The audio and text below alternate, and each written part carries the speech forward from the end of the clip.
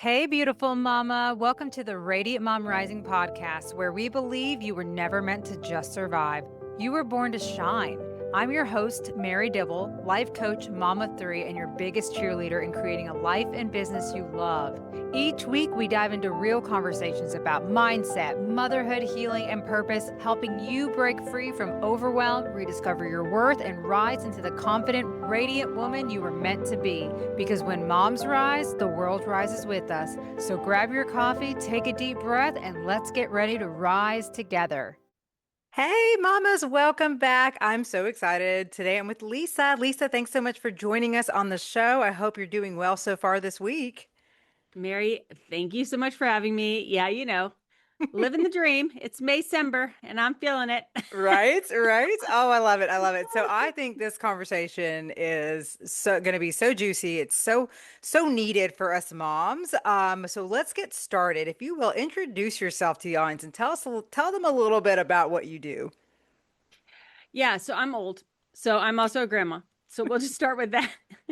And I say that because I mean the older you get, I don't know why people are afraid of age. It's just more lived experience and I'm a really observational person.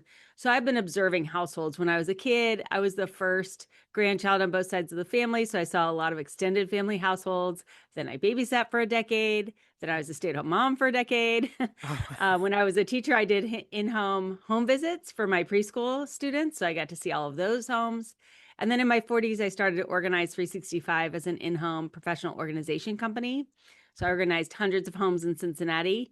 And now I have, created courses to help people who are organizing their home get organized, but also gone back and gotten my PhD to really dig deeper into what does it really mean to run and manage a household like a CEO, kind of like I do my business. As I grew in my household management and grew in my understanding of running a business with employees, I was like, oh, there are more parallels here than I realized. Ooh, well, let's get into that. Will you share Yeah. a little bit of your journey with, I mean, like you say, you're in your 40s, you still had kids at home. Yeah. Like, what was that like for you navigating that when you first decided even to get started? Sheer chaos and extreme fear. I mean, it's just, let's just get real. I mean, we needed more money. I had no time. I had no money. I was overweight. I was depressed. I was like, oh my God, do this. Um, and as I look back on my journey through my 20s, 30s, 40s, and now in my mid 50s, my idea of running a household has changed from just getting the work done as the maid to, oh, hey, in my 40s, I was like, hey, I'm a manager, baby. I can manage somebody cleaning the house and manage my kids helping me and delegate to my spouse. To now in my 50s, I'm like, oh, forget all that. I'm the CEO. Like I set the strategic vision of this household. I decide what does and doesn't get done. How we take all of our resources, our time, talent, and treasure, how we deploy them at this time in this season for the best of everyone who lives in our household. It's a completely different way of looking at my house. And it really allows a lot of the things that I used to strive for in my 20s, 30s, and 40s to just be like, these are not even worth it. Nobody's even going to be thinking about these long term. I need to really be thinking about, raising the next generation and also Mhm. fueling myself so that Yes. I am healthy and well as I live, hopefully, a very long life. Oh, that's awesome. And so, organization, especially for moms, that's not an easy thing. I mean, I know that personally has always been a struggle because it's not even just you. You have the kids, if you have Yep. animals, you got spouses you have to deal with. So what what would you say to moms who are listening who are like, I want to organize my room or my home better, but I don't know where to get started. What would you say to Mhm. them as far as a great starting tip? Okay. So when you have kids and you are overwhelmed, you want to throw out all of their toys because it is very overwhelming to you. And we are going into summer. I don't know when this is going to air, but I am just going to counsel you on not doing that. I No. know that everybody's like, just get rid of all the kids' toys. It'll feel so much better. There won't be anything to clean up. Yes, also, summer is very long and boring and expensive. And if you get rid of all of your kids' toys, you are the toy and you would like them to go play, but you got rid of all their toys. So if this is you and you're like, okay, I was just about to get the big black trash bag out, I say use that same nervous, anxious, frustrated energy for your own well being. And by that, I mean, send the kids to their bedroom, to clean and organize it, which they won't do. Who cares? Just let them play in there. Send yourself to your bedroom and take that energy and tackle your closet, your bathroom, and your bedroom. Because it doesn't cost any money to do this. It's the same amount of kinesthetic energy that you're getting out. And at the end of the day, the result will last for months. Like, you do this in your closet the first couple of times, yeah, it takes a whole weekend or maybe a couple of weeks, and it lasts maybe until the next season. But once you do this over and over again, you're like, why do I still have this sweater? Like, I keep thinking I'm gonna wear the sweater. I'm not gonna wear the sweater. And you Yeah. start to get rid of things out of, I really don't need this, versus well, I'm supposed to declutter 12 things. So let me go find the 12 things. And the other thing that happens is you go to bed and you wake up in an organized space.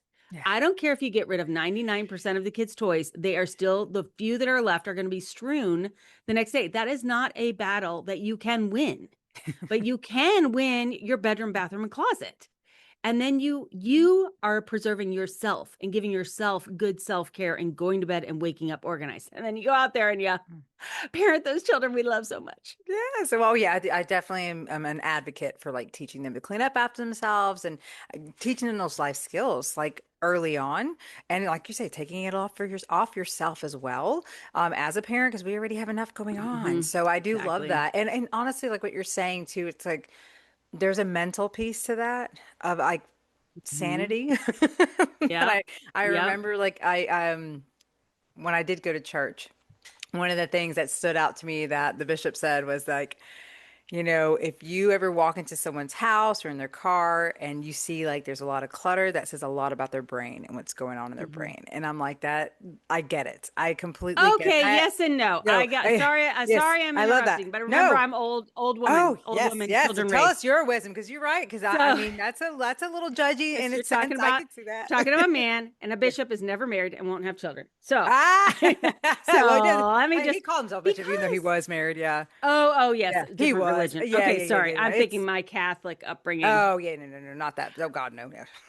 But I think I only say stop Mhm. because ladies, you're way too freaking hard on yourselves. That's Like, true. oh my Mm-hmm. gosh. I mean, my daughter, we've got a 4-year-old and a 4-month old, and we all live together. And my husband's all over her about picking up everything, and she's all over the 4-year-old about picking up everything. And I'm like, oh, please. Ah, Like, yeah. look at our stuff. Yeah, the underwear's on the floor, didn't make it in the basket. Like, we're not perfect. This 4-year-old isn't going to be perfect. Like, just go get Mhm. ice cream and sit outside. Like, so Oh, my thing I is, love this. yeah, have the whole house cleaned up and picked up once a week. My goal is once a week before the cleaning person comes. Earn enough money to get a cleaning person and then clean your house once a week. Because honestly, we live in Yeah, our households yeah. and you can run yourself ragged and wear yourself Mm-hmm. and your kids out trying to make sure that this house looks like a museum. First of all, no one's coming over. I Second of love all, if that. they are coming over, they could care less if their toys out. They want to talk to you so that your kids can play with their kids. Like, who Mm-hmm. are you trying to be perfect for? Why are you wasting all of this energy? Knock it Mm-hmm. off. I Get the love paper that. plates. Stop doing the dishes. Like, I worry so much, and I spent because this was me. I went spent so much time Yeah. trying to be the perfect mom in my 20s and 30s when I could have just been outside reading a book while they were playing with sticks. Like, Mm-hmm.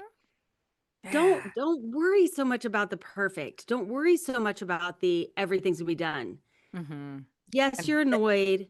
Focus more on organizing yourself. yeah, I Focus love more on that. organizing That's so yourself. true. And it's so funny. Like I'm literally living that right now, and I love it Hmm. because I have a 4-year-old who's about to be he's going to be 5 in June, and then I have a daughter who's about to be 7 in August, and I do have an 18-year-old son who's graduating high school. So it's like what's cool about that is like I was kind of more of what you were saying with my firstborn, because I grew up with Yes. that. My mom was a clean freak. Like it was like, but that's not her fault. It was generational conditioning that we didn't know about. We weren't aware of that.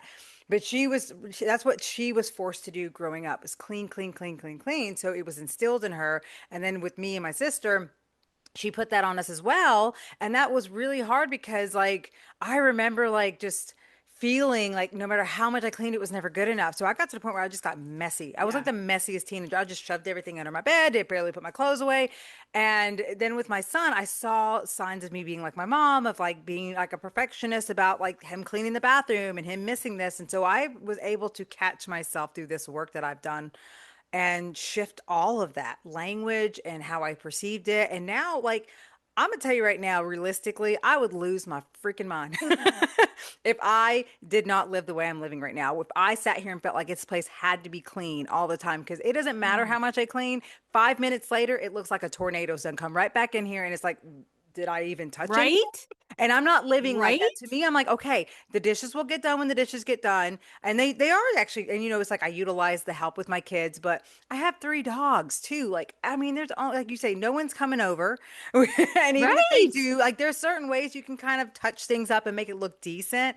But I've gotten to the point where I feel peace with that because I'm like, it's Yes. not that I never clean. It's just that I don't, like you say, I stretch myself to the core trying to keep and maintain everything to be clean. I mean, like my son right now is obsessed with those magnetic blocks and they're everywhere, but Yes. I love it though. His creativity, the way he builds, that's what I focus on. And I love that. So thank you, Lisa, for that because it's like, can we give ourselves permission to be real and live life like whatever fits for us and know that we got to stop being so hard on ourselves and like you say, living for this perfection of keeping up with the Joneses or expecting everyone to think of us or show up in a certain way like oh my gosh let's let that go ladies. And the truth of the matter is, like, you talk about your family of origin, you talk about raising your first child, and now you're raising your second batch. Yes. How many houses have you actually been in? Like, I've been in hundreds and hundreds and hundreds, but most of us have been in 10 or less. And so, your idea of what your household should be is your family, maybe your grandparents, a couple of close friends, and what you see on Instagram. That's Mhm. not a good sample size. And so, I mean, there's some It's people that are not. listening to you going, wow, my mom was a hoarder. And, like, so your Yeah. upbringing really informs what you think you're supposed to be doing as a parent or as a household manager. And I really like to use different words and different analogies and different stories in order for you Yes. to see the water you're swimming in. You know, Ooh. like Mm-hmm. you think that your household and your parents' household and your couple of friends that you've been in their households, these 10, 20 households Yeah. are all households. And I want to say there are a lot more options. You have a lot more Mm. options about what you could do. And nobody's watching what you're doing. So do whatever you want. That's a great yeah, and Yeah. there you go. And share with us a little bit of your because as someone who created a business around Hmm. this, like Yeah. tell us like that experience and yeah, anything that you can share of like the analogies that would really hit home for people who are living this and beating themselves up over like, oh, I just can't stay on top of it. Yeah, so think about whatever you do professionally, whatever your professional career is. So, my professional career is I started as a service business, became a blog, podcaster, products. Now we have employees and we are a multi-million dollar company.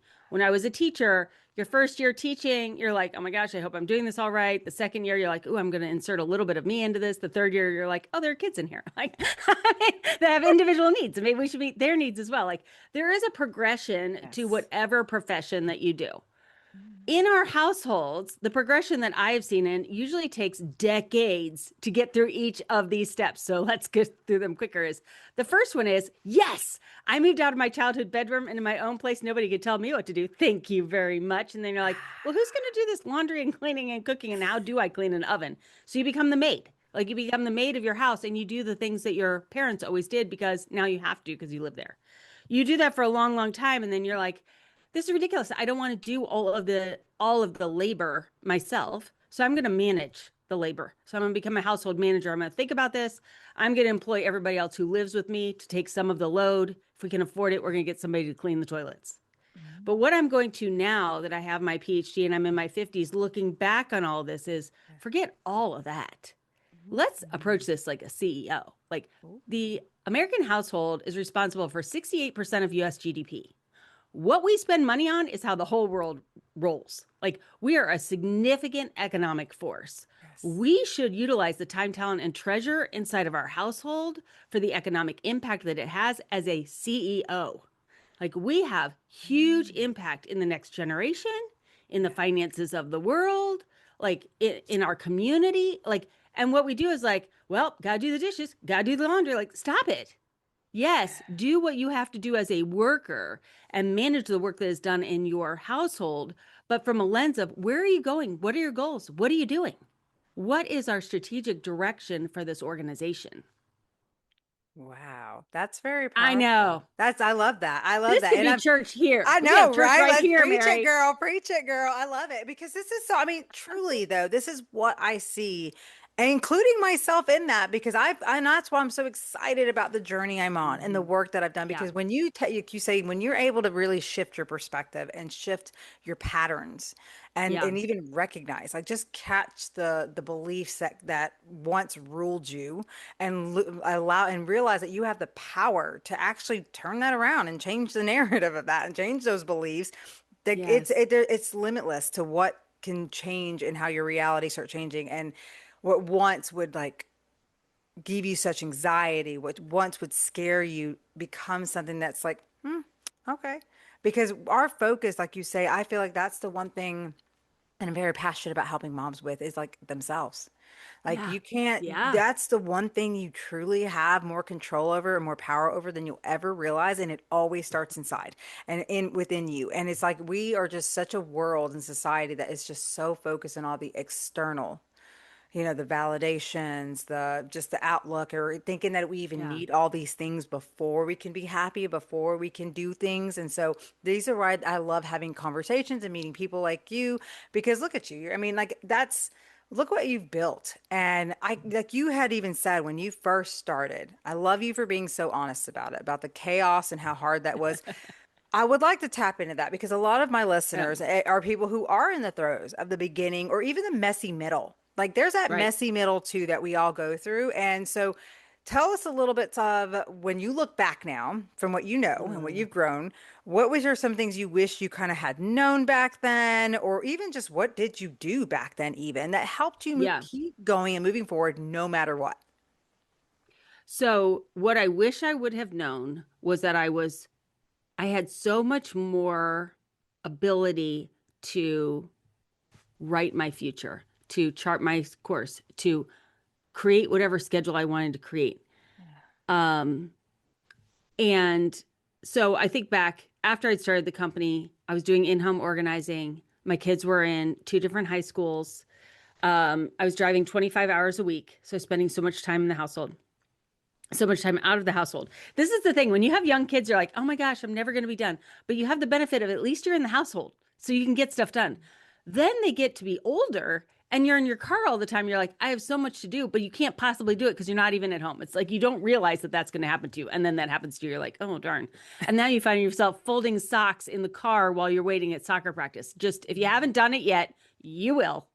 Also, just know you can use a crock pot in a car. Just saying. So, anyways, this is where I was in my life. Multitasking at its finest. It's probably like 45. Okay. This is what it's about 10 years ago.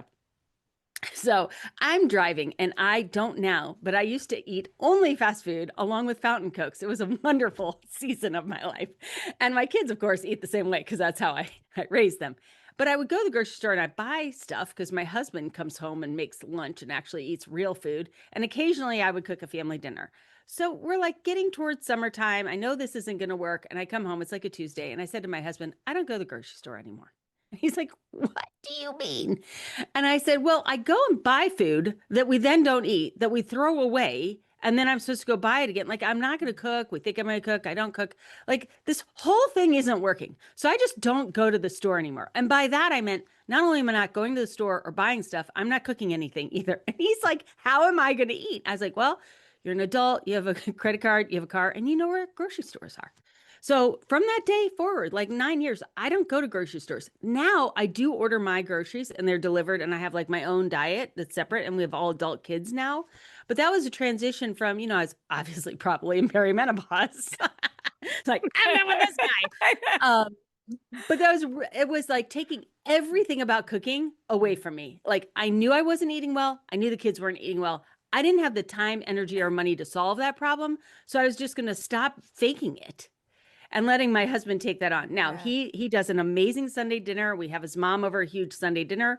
Our adult children all eat better than I fed them growing up, thank goodness. I And know. I eat a completely different diet because I'm post menopause and I need different food. So let's Yeah. go to that real quick, Mary. When we're talking about self-care and when we're talking about parenting, I would never have my daughter not get formula for the 4-month old and say, we're going to have milk because, that's what we already have in the refrigerator. our grandson has an egg and sesame allergy. We would be like, well, he's just got to have the mayonnaise because that's how we made the casserole. You're just going to have to go to the ER next. Like we wouldn't do that, Yeah, of right? course, of course. But then for us as women, our nutritional needs change so much when you're pregnant, when you're breastfeeding, when you're Yeah. post, premenopausal, menopausal, that time of the month. I'm telling you, the foods I can eat at different times of the month would trigger and not trigger migraines before I went into menopause. And yet, we think like, okay, we're going to make this meal and everyone is going to eat the same exact meal. And like, yeah, if your Mhm. kids can eat the same foods, great. But you, as the mom, probably don't have the same nutritional needs as a 4-year-old. Mhm. So, why don't we cook a different vegetable for us, make an extra protein portion, make a smoothie that we're going to have that has all the things that we wanted while we feed our kids something that's going to be higher carb and higher, whatever for Mhm. their snack.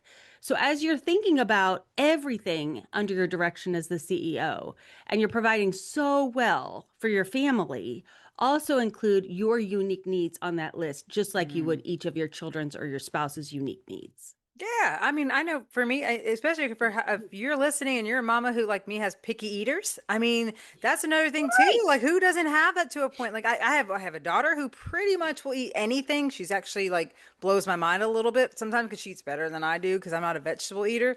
But it's like, then I have a son who will not even touch it, won't even look at it, not even Yep. fruits, but yet he'll eat the pouches. Like, so it's Yeah. like you have to also navigate that and learn and be okay with it too. Like, I used to. I don't feel guilty. Like I'm just what I do is Right. I just show up and do what needs to be done. As long as he's eating and as long as the doctors say that he's, the height, the weight, everything seems good, he's healthy, like that's what matters to me Yeah. at the end of the day. And we all eat differently. So, of course, our 18-year-olds, Good. he's now at that point. Exactly. We all, Yay. when I'm very blessed, I have a husband who does all the grocery shopping and all the cooking because I do not do that. So I am, but honestly, because if it was me, like if I was in charge of grocery shopping, I'd be like you. Yeah. You deliver that to my door or I come pick it up. One of the two. I'm not going to go inside and do all that shopping and picking out or whatever. So, but he enjoys it. I'm telling you, he was born to be a chef. And it's only a matter of time. I'm Yeah. putting that out in the universe. This man is supposed to be in a restaurant. I swear he was like born for it. The things this man can create is amazing. But anyways, here or there, I love what you're sharing about that because that is so important for moms to know. It's like everyone has their own unique journeys, like whether it's with food, whether I was actually talking to my friend yesterday about this, about how I have to, as a mom, sometimes check myself because I have to remember that just because something is common sense or I have the experience or I understand it does not mean that my kids who are on their own complete journeys of actually learning a lot of stuff is going to really comprehend and understand that. So it's on Right. me to like recognize that something that I might be like, that seems so simple, or why are you making a big deal about this? It's everything to them. It's completely a different perspective and experience for them. And having that awareness has helped me be a better parent because instead of me projecting how I expect them to see it, how I see Yeah. it, I'm understanding and hearing and listening to them so I can even understand, like, well, how do you see it? How it does this feel? And so even when I have to somewhat discipline in certain areas, it's not making them feel like, oh, you're a terrible kid. It's more of like just understanding consequences. Like, and you Yep. have I told my daughter that yesterday, my 6-year-old daughter, I was like, I was so proud to be like, you have the power, honey. I said, you're going to be frustrated, Hmm. angry, mad, mean, whatever. You're going to, I said, but you have the power to choose how you respond to that. I said, you Yeah. could be ugly and bad and blow up about it. And then this way you have these bad consequences, or you can learn to kind of like let yourself process it, but also accept it. That sometimes I don't get my way and that's okay. It's not the end of the world. I'm good. We'll figure it out. Let's go with the flow. And I said, I guarantee you, not only will you have better experience and consequences, but you might even be at a point where it's like you respond so good that I'm like, you know what? Maybe we can make this happen because you were so good. Yeah. I said, you just never know. But I just want her to be mindful of that as she kind of navigates her own stuff that, like, comes up. But I just feel like this is so cool to, like, for me, I'm about to be 39. So it's like having this awareness now. It's another reason why I want to have these conversations and bring in this wisdom because I'm the kind of person like, I want to hear it. I want to learn it. I don't want to wait. I don't want to be that person again. Because I've been Yes. like that. I've been that stubborn person. It's like people had tried to give, share their wisdom with me. And again, it's up to us how we receive that. 100%. You get to decide what works for you, what doesn't, what you want to take. But I just enjoy at least knowing it's available. And I get to decide, hey, does that feel right for me right now? And I want to try it out. Or, Hmm. maybe I do try it out and realize, not for me. But that's what's beautiful about allowing yourselves to be open to at least know it's the resources and people's experiences and what worked for them, didn't work for them, because you just never know. Yeah, and I think that, the magic of that 40th birthday, it is magical. You may think like, oh, it's going to be horrible, but it is magical in the best way possible because, Hmm. I found in my 30s, everything that I heard, I then had to think through, evaluate, try, and then realize I didn't want to. In my 40s, I would hear it and I'd immediately go, no, that's not for me. But Right? not out of like, Hmm. it was different. Like in my 30s, I had to prove to myself it wasn't going to solve my problem before I felt I had the permission to say that wasn't the path, my path. Yeah. In the 40s, like your intuition and your gut is just a little bit wiser Hmm. and immediately knows like that is definitely not going to work for you, Lisa. But it does work for her. And so in my 30s, it was like, well, if it works for her, it must work for me. I must be doing it wrong. In your 40s, you're Mm. like, no, there are lots of different ways to do this, and that is not going to be the one for you, but no judgment. Yeah. That's not going to work for me. And but in your 30s, you're like, well, you're judging yourself it doesn't work for you, or you're like, well, it didn't work for me, so I don't think it really worked for you. You said it worked for you. Like a lot of Yep. judgment in your 30s that you Yeah. give up when you're in your 40s. You're like, I don't have time for this. I don't have time to judge you or me. So let's. It's so funny. I met someone else who said this. He's like, my 40s were like the best years because Oh, she yes. felt same thing, more grounded, more secure in who Yes. she was and not like caring about anything else and just getting to show up authentically to that. And that's what I strive to Hmm. do now. Like but you're right. The 30s has been my series of really reflecting, learning a lot about myself. For the first time, really even Hmm. allowing myself to have a voice. I, Yeah. for so long, always was a people pleaser and just try to be what I thought everyone wanted me to be. And it has been amazing. So I Yes. have this Right. business and to show up in this pot and Yes. everything and all my interactions, like I get to be me and it's nice. And Hmm. I'm learning so much about what I do want and I don't. Actually more focused on what I want. I want to put that out there in the universe, what I want. And so I really am excited to be on this journey. And I also, with everything we're talking about, because I was reading about you and I want to make sure we get into this, but you Okay. recently have a book that you Yeah. wrote, and I know that's Yeah. going to be coming out later. Actually, by the time this episode airs, it's going to be probably like close to the release, like probably before Okay. it. So yes, let's talk about that and tell me. I want to be an author one day myself. So I just want to hear. I love hearing the different perspectives of your journey. First, with what it was like writing the book. Oh, okay. All Yeah. right. So this book is called Escaping Quicksand. It's my Hmm. sixth book. And this is Oh. the book where I'm Hmm. talking about the mindset shifts I made in my 40s. Like if you are following Organize 365 or go back and binge the podcast, you can hear about like how my house changed and my relationships changed, but what mentally changed during that decade. And one thing I'll pull out from that book before we move on is you mentioned earlier without guilt, Hmm. and that is a big one. Guilt comes from judgment and perfection. Hmm. Whereas non guilt comes from living an excellent life. So I replaced perfection with excellence. Instead of trying to be perfect, getting all the toys picked up and like, Excellence. I I'm love judging my kids and I'm running around with this nervous energy. I'm going to do the best I can with the resources I have at this time. And I'm going to be a woman of excellence. And I'm going to give myself and others around me grace. Oh, yes. Oh, Yes. we all use some more grace. Yes, What's we so sure funny is sometimes I tend to be hard on myself and I get a little perfectionistic. And what's fun about being a online personality is then your audience goes, hey, remember that grace thing? And I was like, oh my gosh, can. somebody Yes. told me to give Thank myself you. grace. It's the best. It's the best. Oh, Okay, so yeah. writing books. I And love there, it. I have so much to know about writing books. So Oh. I have traditionally published. This book is hybrid published, and I have self-published, so I can answer any questions along those Ooh. lines.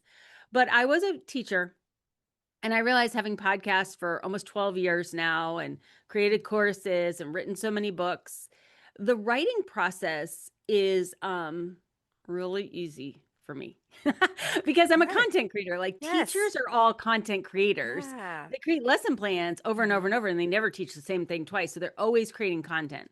So content is not a problem for me. That's And then awesome. once I have enough content that I've created over time where I'm like, oh, I could pull all that together in a book, that's usually where the books come from. So this one Okay. specifically came from as I was getting my PhD. I was in a class about developmental, like child development, or it's just human development, Mm-hmm. which basically ends at child development because Yeah. there isn't much study of adult development, which really bothers me. But anyway, another thing. And I Yeah. got the picture of the St. Louis arch in my head. And I was thinking about this idea of self care. And most people equate self care with pampering, Yeah. like a bubble bath, going to Mm-hmm. the spa, getting your nails done, Netflix and chill. So I was like, that's not a good definition. And as I got my PhD, I realized there are a lot of words we use in our everyday language, like housework, that have never been operationally defined. And operationally defined means defined to a level with which you can do two different research studies and compare the results. Housework has never been operationally defined, people. There are thousands of studies out there, but there is no universal definition of housework. I, of course, researched and made one. I'm waiting for it to be published. But it is cleaning, laundry, and everything related to food. And men and women do not differ in their definition of housework. Mind blown. Okay, so Wow. That's I'm thinking about self care, and I'm thinking about the St. yeah. Louis Arch, Mm-hmm. and what I understand about child care and elder care, because I've cared for my dad, and we've cared for other Yeah. people, and Uh-huh. obviously cared for my children. And when you are caring for a person, obviously you clothe them, you bathe them, you provide them shelter, you feed them. But there's so much more than that. Like you would still be, held in contempt for neglect if that's all you provided for a child or an elder. Like you must provide for their social and spiritual and relational needs, right? Like Mm-hmm. that is true self-care. Well, if that's self-care for a child and an elder, then what is just self-care? So in my definition, so I'm operationally defining it for us, self-care is from 18 to 88, providing all of those things for yourself. So that's why I say your nutrition, your bedroom, bathroom, and closet organization, your educational growth beyond the age of 18, your spiritual development, your relational development, all of those things you do for yourself that your parent or you would do for your parent is you taking care of yourself so Mm-hmm. that so you take care of yourself so that you can care for others. So Okay. that is self care. So once I got to the idea of like, this is a concept that needs to be shared and I want to talk about, how did I do that? How did I tell my husband I was getting a PhD, even though it's not going to change our income and I'm actually paying for the PhD? He's like, why are you doing that? I said, because I want to. He's like, you're crazy. I go, I know. And I'm doing it. Like, and so as women, we raise our kids. Like, you guys aren't there yet, but you raise your kids and then you have goals and aspirations for yourself, but your family is so used to you putting those to the side to care for children, which you Yeah. must do, that eventually you have to say, no, no, no, it's my time now. And they're like, so you want to just take a bubble bath? No, I want to get a PhD. They're like, Yeah. what? I want to run a marathon. I want to start a company. I want to start a foundation. I want to travel. I want, fill in the blank. Mm-hmm. And then we have to justify why it's Mm-hmm. okay to use our time, talent, and treasure for our self care. I'm Yeah. like, because I'm a human Thank and I'm you. allowed to have needs that are beyond being Yes. fed and housed. So that's where that book came from, was that desire of I need more words to bring you up to speed of why we don't have self care, how it's not even defined, and then what does that look like for a middle aged woman and on. I mean, once you get to 50, that's only halfway. And they're Yeah. saying now, if you live Oh. 5 years, you'll be able to be. AI and all these modern advancements are going to make it so we could basically live forever. I don't know if I Oh. want to live forever, Yeah. but I mean, I would like I've always wanted to get to 100. Well, that's still, 46 Yeah. years from now. Yeah. Oh It's a lot of wow. living. Mm-hmm. Yes, and honestly, I think sometimes people like that's one of the things I'm trying to myself like with this mindful work and self-care and all the things I'm doing, I'm trying to think like that saying what you do now affects your later is so powerful and as a reminder that the choices I make, the decisions I make for Yeah. me and my body is going to impact who I become and how my body and I don't want to Yeah. be that person who's like having to be on a walker and struggling. And I Right. think about things like that. But I also know I have to take accountability and responsibility because at the end of the day, if I'm not choosing to exercise and that's on me, like 100% on Yep. me. And I'm like, I have to be real And really, like you say, I think that's a very important thing for all of us to do is think about what we want and what we want our lives to look like, and think Yes. about what do we do today to help us move towards that.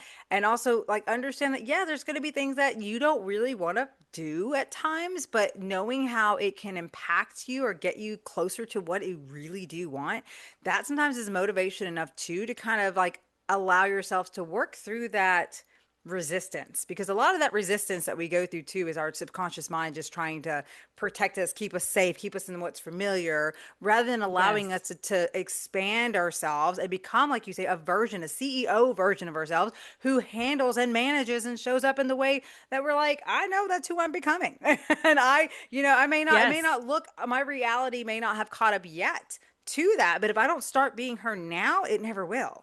And I'm going to keep having the same old struggles, and like you say, and holding myself back, and allowing like putting our stuff on the sidelines like we do as moms.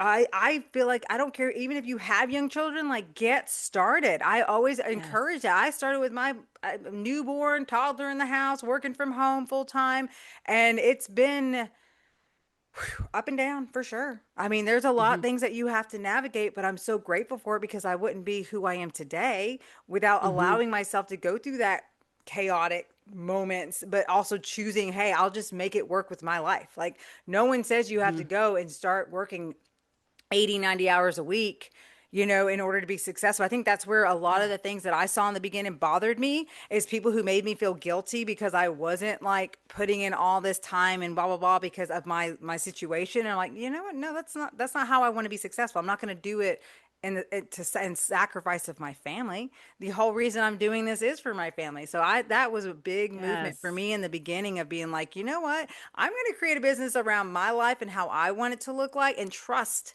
that it's all going to unfold, and I'm going to attract what's meant for me, and allow myself to be molded and prepared in the meantime. So, At a yeah. 1000%. Yes. Good, Yes. good. And I hope that like in your journey, like I mean, because I know you said, I think I said, Shaw, that your kids were like in middle school. So you Hmm. had like the sports and the stuff going No, on. Oh, you did no, there not? was no sports. Oh, there My was not. children did Oh, okay. not do sports.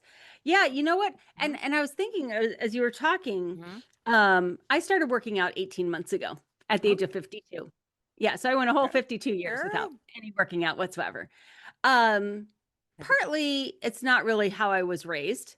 Hmm. And Here. I didn't see a lot of women my age doing it. But after sitting for 3 years getting a PhD, you're going to gain some weight and lose some muscle, just saying. And menopause. So I was like looking at the elders in our extended family and going, whoa, we've had a couple of falls, and how that really Yeah. sets women back.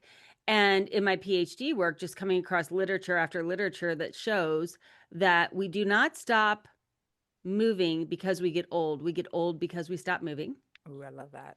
And also, women outlive men by a long shot, but they live in worse health. Mm. So, a lot of women's older years are spent in worse health. Yeah. And well, partly because we don't do research on women, but that's a whole nother discussion. Oof. And so, being 54, wanting to live to 100, okay, well, do you want to live healthy or do you just want to live? Right. Yes.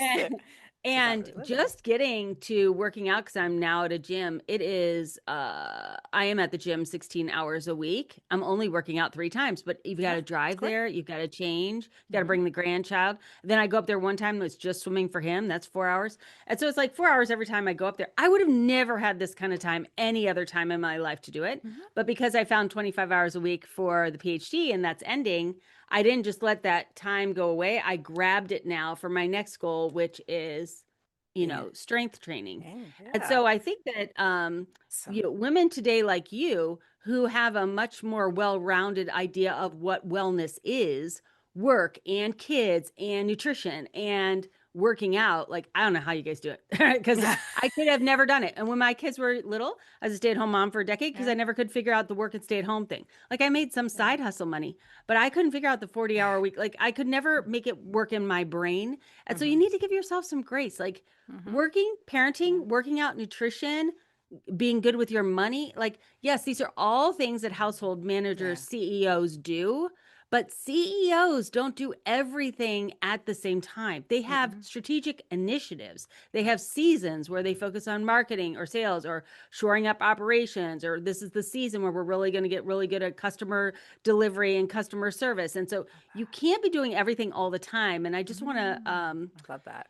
especially for those of us that listen to podcasts and make longer to-do lists of who we want to be, yeah, you can do that and save those, but you can only really act on 1 to 3 in a season. And so Yeah. give yourself the grace of the season.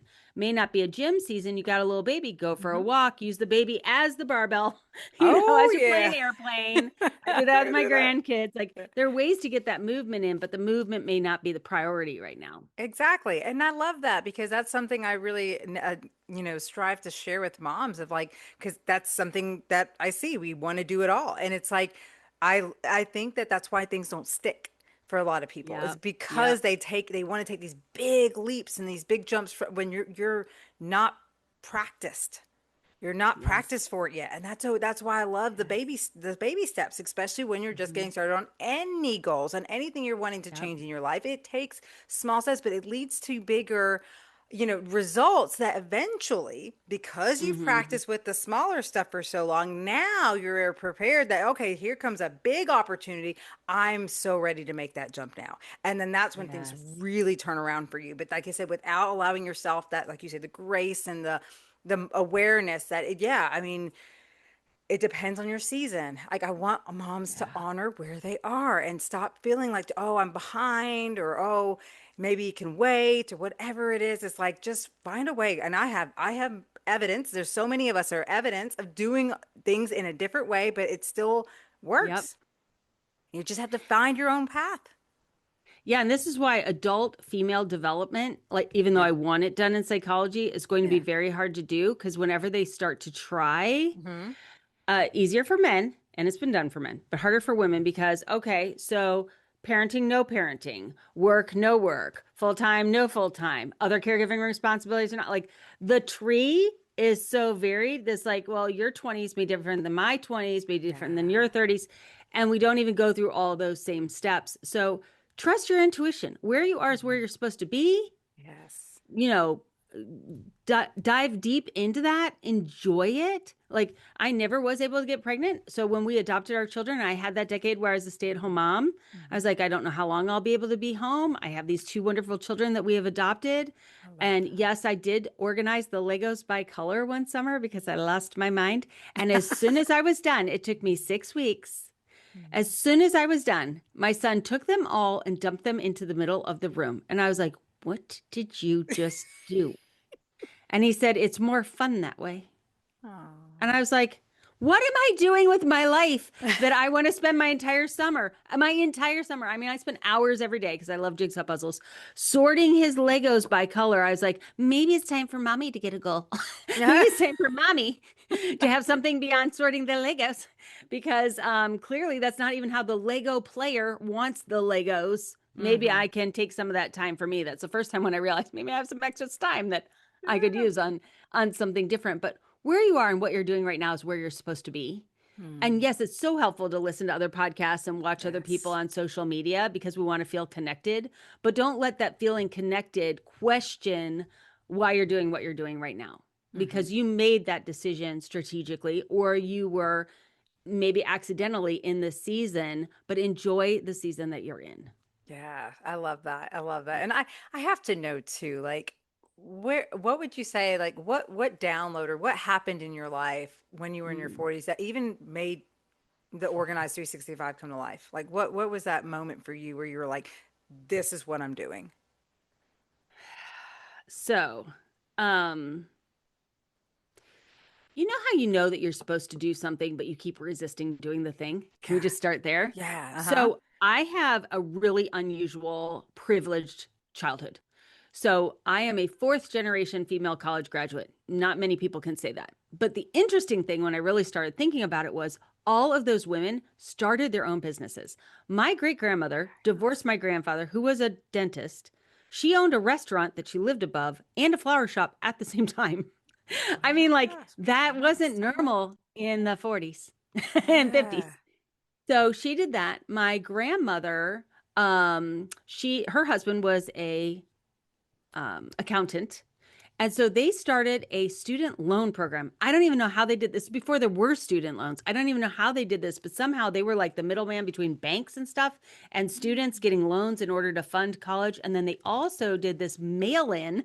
This is in the 70s, the 60s and 70s, this mail in thing where if you were in home economics and you had to make a pattern, they would have the fabric and the thread and the buttons you needed, and they would mail you exactly what you needed in order to make that thing. And so all of this stuff was in the basement. So there was this store in the basement. Then when I was in second grade, my mom had been working up the street in the basement of somebody else's house where they had what was called a trunk show where you would mail these cases of clothes to people's houses, and they would basically turn houses into department stores for a week, and people would come and shop and take orders. Doncaster was a really big one, and then this company up the street. And so my mom would pack and return all of those. So in second grade, she decided that she was going to make a sister company of that one, went to New York City with a credit card and started buying samples and came home and created what was called the Fine Line. And at that time, this would have been the mid 70s, women, English women would wear slips under all their skirts. And they wanted to have 17-inch, 19-inch, 21-inch, 24-inch. They wanted all the different lengths of slips in white, ecru, and black. Well, the department stores had streamlined that to like one or two sizes, and it was only available, I think, in white. And my mom was like, unsatisfactory. So she just started a company. So she created a company and used that person's mailing list. And she started in 5 states. And she sold it when I was in 8th grade. It was in 26 states. And I remember we took a trip to Pennsylvania in 8th grade for a week, and we stayed in this lady's house and played with her kids. Yeah, my mom was selling the company to that lady and training her on the company. And when we left, my mom didn't own the company anymore and bought a sports car. And so like this was my childhood, and I thought this was normal. And my dad was a salesman, and all the men in their family were salesmen. So I just thought, like, yeah, you just have an idea, use a credit card, start a business, hire people, and it's in your basement. Like is this, a Tuesday? And so I'm sitting there, and I'd done all these direct sales companies, and I'd been really successful in direct sales. And I thought that would be my little entrepreneur thing. And I remember at 39, quitting my teaching job in December and sitting on my bed with my fountain Coke thinking, Lisa, what is your company going to be? You're going to own a company. You're going to employ people. How are you going to pay them? What are you going to do? What is your unique thing? And that's when I went back through everything I'd ever done. I either was hired or I was successful because I was an organized person. So that's how Organized 365 started. Organized 365 is a great keyword. And I will use organization as the foundation of whatever I do. I had no idea what that would be. And within 90 days, I was in another direct sales company with a bazillion people in the room, 25 people. And you don't have 25 people at a direct sales party. So I said to Maria, why are all these people here? And she said, well, everyone wants to know what a professional organizer has to say. I was like, oh, I'm a professional organizer. And so that's when I realized it took my skill of teaching and I added it to, after I'd done, a couple of years of in-home organizing, like, how do we teach the skill of organizing online? How do we make this so anybody can learn it, not just people who can afford a professional organizer? Oh, I love that. Oh my God, it gives me goosebumps. I think it's beautiful, magical how like the things unfold in our lives, like that we don't even realize were put in us, or just through the experiences, and being able to have that moment on your bed to just ask those questions and allow yourself to explore that, and then see how the opportunity showed itself, and then just you went with it. Like that's what it is all about. And I think that's beautiful. I'm so grateful for people like you, because it's just beautiful to see women going after what they deserve and creating it and building it and being the bosses that we are. And we don't give ourselves enough credit for what we are capable of. And just, Agreed. like you say, with the grace, we don't do that enough for ourselves, and understanding like what her life looks like is her life. That's okay. My life is going to look differently, and that's okay too. Can we please normalize that? Can we be okay with that? And actually understand the awesomeness with that too. Like, how cool is it that we get to have these different looking paths? But at the end of the day, what matters is, what do you want? And so few women actually know the answer to that. And so I just encourage anyone listening, like, really allow yourself to explore that, because that's where the magic comes from. That's where you get the answers of what you're meant for. And then you just find whatever support or whatever direction you need to help you to take action. Because that's another thing. You can know all the things all you want, but until you execute it, It's just gonna keep sitting there and getting dusty. So, Yes, so Lisa, yes. I want to know. I know your book's coming out, and I'll make sure that we have the links for people to go and get that. But what if someone's interested in learning about your courses or just more about you? Share a little bit with the audience as far as what's the best place for them to come and find you. Yeah, so I have a podcast called Organize 365. If you like this conversation, it's a solo podcast. So I just kind of talk to myself and you're in on the conversation. All the courses, products, and everything we have are at organize365.com. And I'm most active on Instagram under Organize 365. Awesome. Go follow her. Go check her out. Check out her podcast. Make sure to get a copy of her book when it comes out, Escaping Quicksand. That's powerful in itself of a title, and I can't wait for like you all to check it out. Make sure you leave her review. Just show your support. And I always open the floor to, is there any final piece of advice that you would like to leave with listeners? No, I think we covered a lot here. And I just think that, just be comfortable with where you are. I know we're very goal oriented, ambitious women. And we're always thinking about what's next, what's next, what's next, but also enjoy where you are today. Oh, I love it. I love it. Lisa, thank you so much for being here and for everything you shared. You're amazing. And I'm just so excited to see you continue to flourish in life. Oh, thank you so much, Mary. Thanks for tuning in. If you enjoyed today's episode, be sure to subscribe below, follow along, and always leave a comment. Tell me what was your favorite takeaway. What are some things that are coming up for you through these conversations? I really love to hear from my listeners and know that I'm always here for you. If anyone listening is ready to take action and really follow through and implement the goals that you set out for, as well as work on that mindset and really step into your full potential and the CEO of your life, then I invite you, schedule your free 1 hour limitless mom strategy call with me while they're available. And let's explore where you are, where you want to be, and how we can bridge that gap together. I can't thank you all enough for tuning in each week. Always remember, until next time, keep rising, keep shining, and keep believing in everything that is available for you, Mama. You are worthy, you deserve it, and I'm so grateful to be walking this journey alongside you. Much love.